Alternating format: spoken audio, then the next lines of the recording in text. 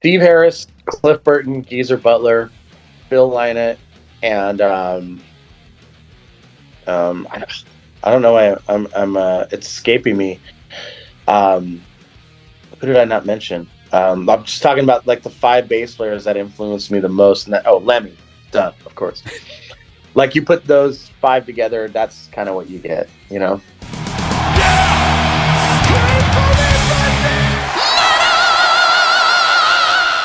Hey everyone, welcome to the channel. My name is Belgian Jasper. If this is your first time in the channel, hit subscribe right now.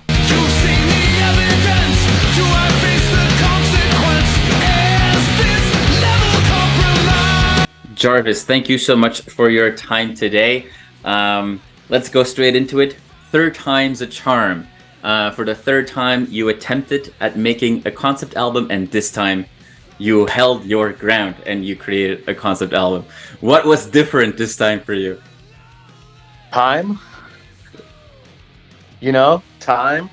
And starting from scratch, kind of, with the other albums, I think we had already song ideas before we, that kind of accumulated over time. And it's like, okay, have enough for an album. This was like, all right, let's start from scratch with nothing and build it, Nice. Now, I know from previous conversations, from other interviews that you've done, your podcast, that the big passion for you as well is writing scripts and thinking about storyboards and so on.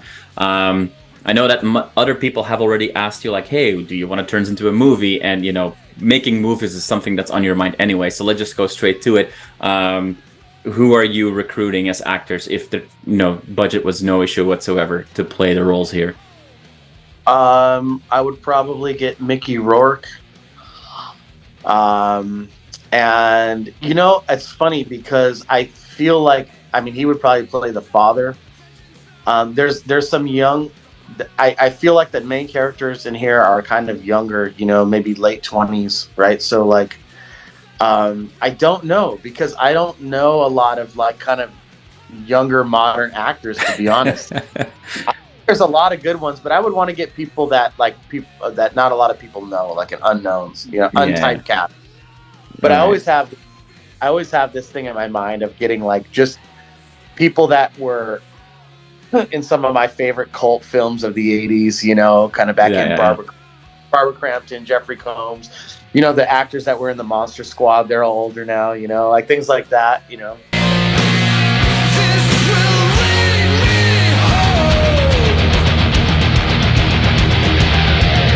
Is that something that, as a lover of movie in general, that whenever you read a book or you listen to an album that is more of a story, that is it just automatically that you start to, put actors or faces to characters?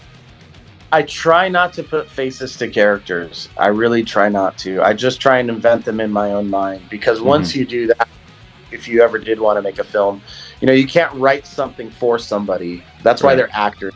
Like they have to be able to adapt to the situation. So I really try hard.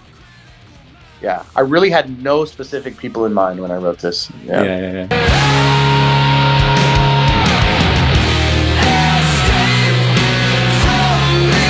For you, when you make a concept album, is the concept as important as the music for you, or does it take a back seat? What's that like for you? Well, it is as important as the music for me, but it doesn't have to be for the casual listener. The lyrics were written really metaphorically and not literally, so the storyline, hardcore fan. But I will say that we've included a track-by-track synopsis of the story in the physical versions of the albums. Okay. And in 2 weeks, we have a full audio narration coming out on our podcast. In no way are we trying to make this story a mystery at all. Gotcha. But we're not trying to shove it down people's throats that don't care, Yeah. Was doing this full-blown album experience again, is that a fresh new take after you've beyond seed a number of singles onto the market in the last few years, where you had a very different approach? Yeah, it's a totally different thing, man. Like doing this, especially when you're writing music to a theme, right? Because I mean, all of the twists and turns that happen on this album are based on the storyline, you Right. know? So it's a much bigger challenge, but it's way more satisfying.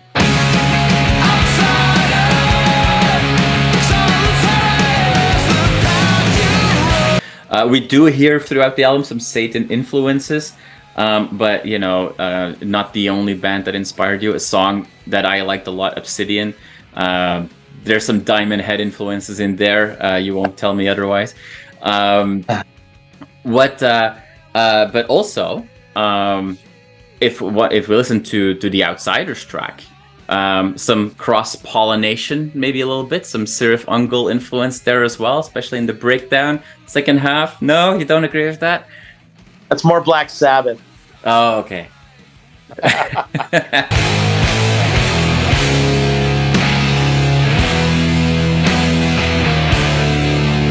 The classics, whether they were British or American, they've always influenced you, no doubt about it. When we listen to the album, though, like, I'm hearing potential influence as well from newer bands, bands like Summerlands, High Spirits. There's some similarities there, and that maybe is a nice show of just this resurgence again of this more, classic inspired, new generation of bands that's coming around. You've shared stages with these bands. I saw you guys play at Hell's Heroes, where Summerlands was, High Spirits as well.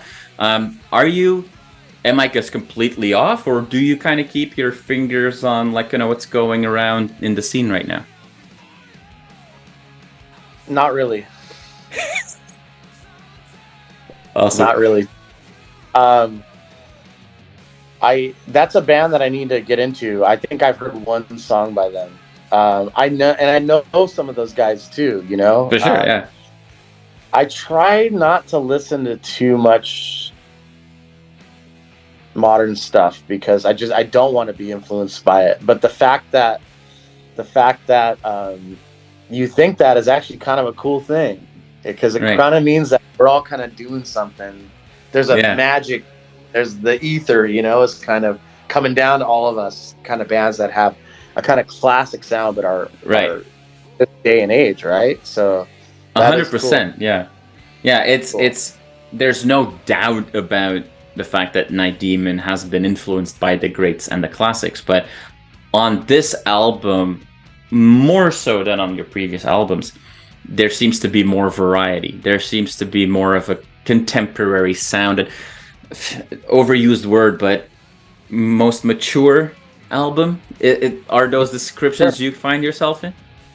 Absolutely. A lot of it is just for the sake of not repeating ourselves. Yeah. We don't. Every album that we've done has been somewhat of a progression, and you don't hear a song that says you'll never hear a song on a Night Demon album that you think, oh, they did a song that sounds just like this on the last album, So I think that's it. I mean, we were at the point where if we were going to write Heavy Metal Heat again, we weren't going to make an album. We were just going to, just not do it. So, but we had and again, a lot of it's dictated by the storyline. So there's all those twists and turns, and all those dynamics are done with the fact that something is happening, Yeah. Not just to musically do something different,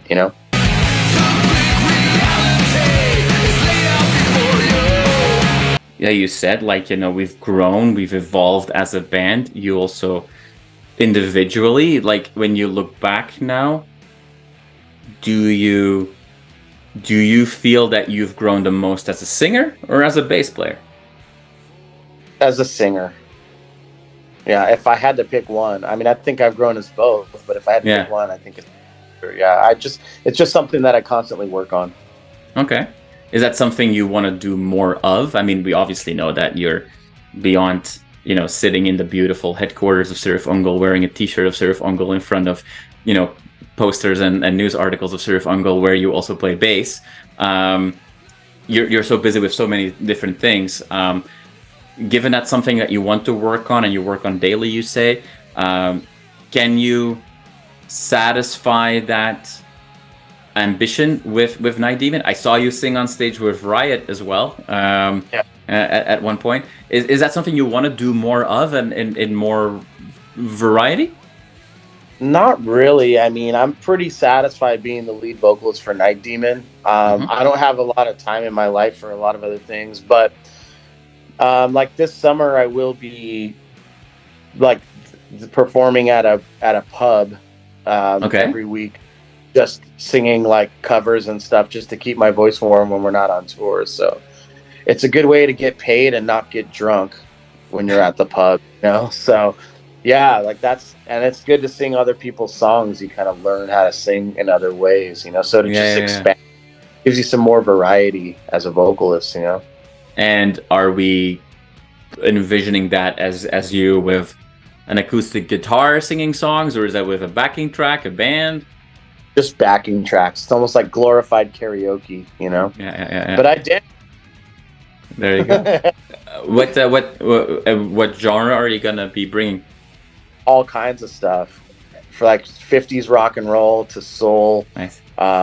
Stuff like from the Doors, 80s new wave stuff, all kinds of stuff. Yeah.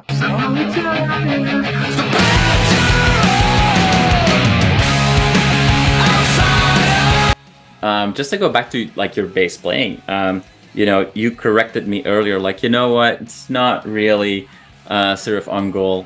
It's more, in Outsiders, it's more Black Sabbath. I was gonna say that, yeah, I hear some Steve Harris in Beyond the Grave, but is that then also Geezer? Sorry. Steve Harris, Cliff Burton, Geezer Butler, Phil Lynott, and I don't know why I'm it's escaping me.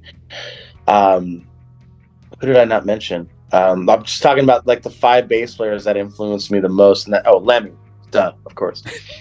Like you put those 5 together, that's kind of what you get, you know. There is a demon among us.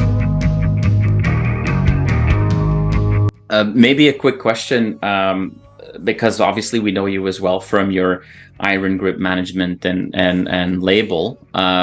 You've been a steady supplier of some very fun cassette releases.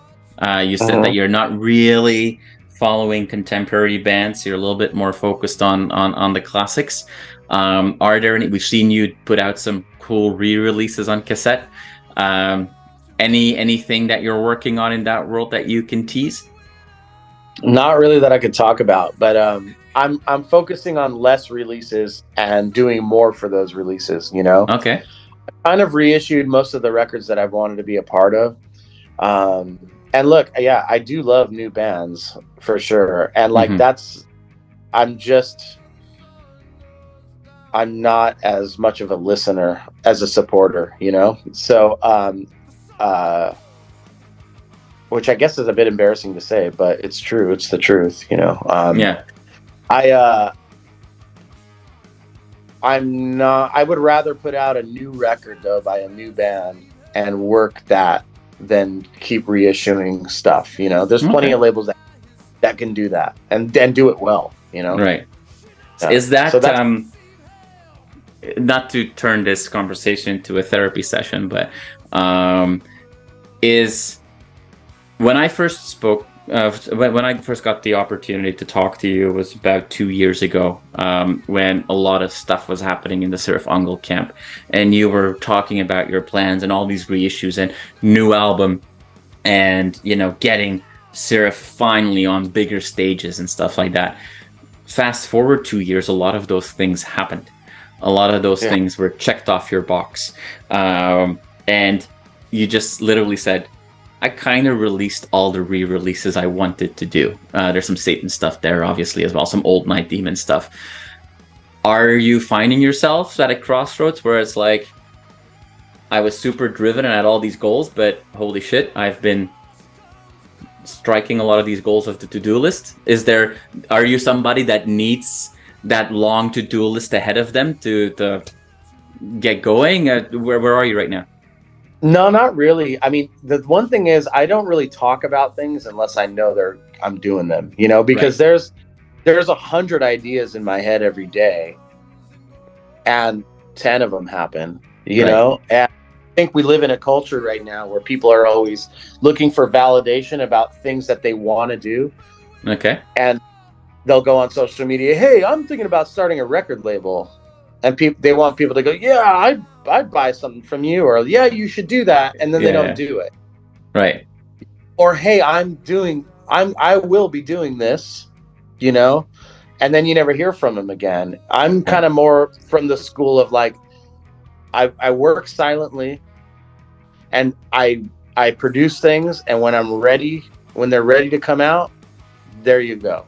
Same with my festivals and stuff too. It's like I work on them behind the lines, and when I let people know about it, there's a full lineup and the tickets are on sale now. Right. You know, instead of, hey, coming soon, this festival, and then I'll let you know the date, and then I'll let you know first band. There's nothing wrong with doing that, especially with festivals that have proven themselves, you know? Right. Right. Yeah. Totally. I mean, and look, there's nothing wrong. Anybody could do anything the way they want to. I'm saying that's just the way that I operate. I find that the world works against you when you put your dreams out on the table, you know?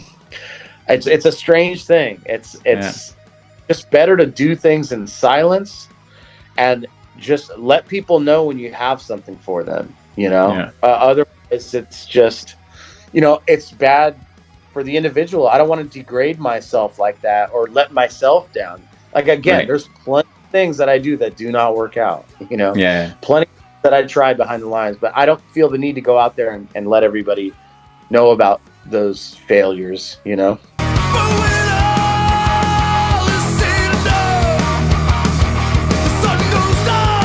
But I like to think that I fail forward, you know, I learn something and I move on, you know, but it does, without failure, there can be no success, right? So, but yeah, look, I'm more focused on the quality of things these days than the quantity.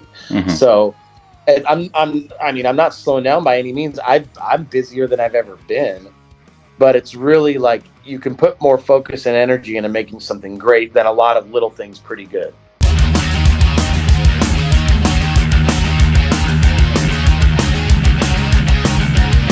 Final question. Now that you're working on like new releases and you're looking more forward, in some of those reissues that you've released, you've included in the very special bundles some really crazy stuff. Like you could own a piece of wood from recording studios, as an example. Does doing stuff like that,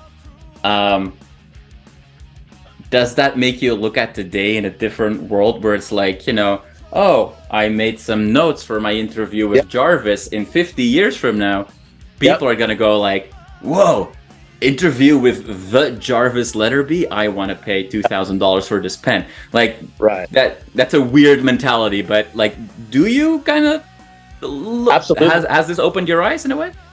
It started about 15 years ago. I started archiving everything. I used to be a collector of a lot of different things. I used to collect horror movie memorabilia. I used to collect vinyl. I used to collect G.I. Joe and Star Wars action figures. I used to collect concert posters. But I just got rid of all that shit. And once I started creating my own legacy, I started just collecting that stuff. So I have a huge vault here at HQ full of everything. It's archived. It's cataloged. You know, with the Night Demon podcast, with our subscriber section, every week we have an insane amount of bonus content. I mean, I've got like every pack of strings I've ever used for a gig and like marked when it was done, you know, or like, I don't know, people like this stuff. So, and it's a way to just document what we have going on. A piece of wood from Goldmine Studios, people paid a lot of money for that. They were happy to have it and they were happy to own it. And, you know, we put a commemorative plaque on it too. It's not like we're just, here's my underwear from yesterday, you know, it's, and a lot of this stuff is not for sale, you know, it's just our own personal museum.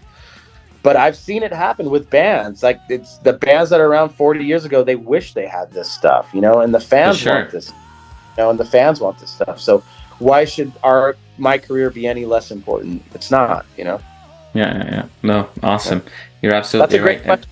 I've never been asked that, so thank you.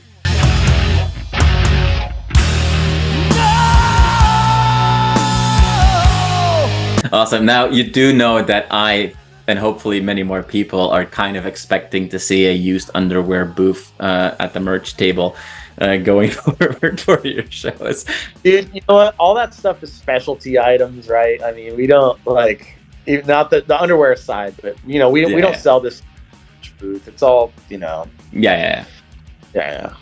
No, awesome, man. Well, I mean, it's such a. First of all, I've thoroughly enjoyed the record. Like I said, most mature, and I mean that in a positive way, because you can take everything in. 40s, I need to be mature at some point. That's true. It's time for you to grow up, Jarvis. Get your act together. You're middle aged, still playing songs in a bar. Come on, man. No, I mean, I think there's few people that take their metal career or their metal 9 to 5 as serious as you, and I definitely have on my bucket list to do a tour of the HQ if that ever is available. Jarvis, thank you so much for your time. I already took a little bit more of your time than okay. I should have. Really happy to talk. I appreciate that. Great. I appreciate that. I look forward to seeing you on a stage again soon. And whether or not that is up here in Canada, down there in the, let's call them rebellious provinces, or if that is in Europe in the end of the spring, early summer, that will be amazing. Thank you so much for your time today, and I wish you all the best with the release of this new album, man. Thank you, my friend. We'll talk soon.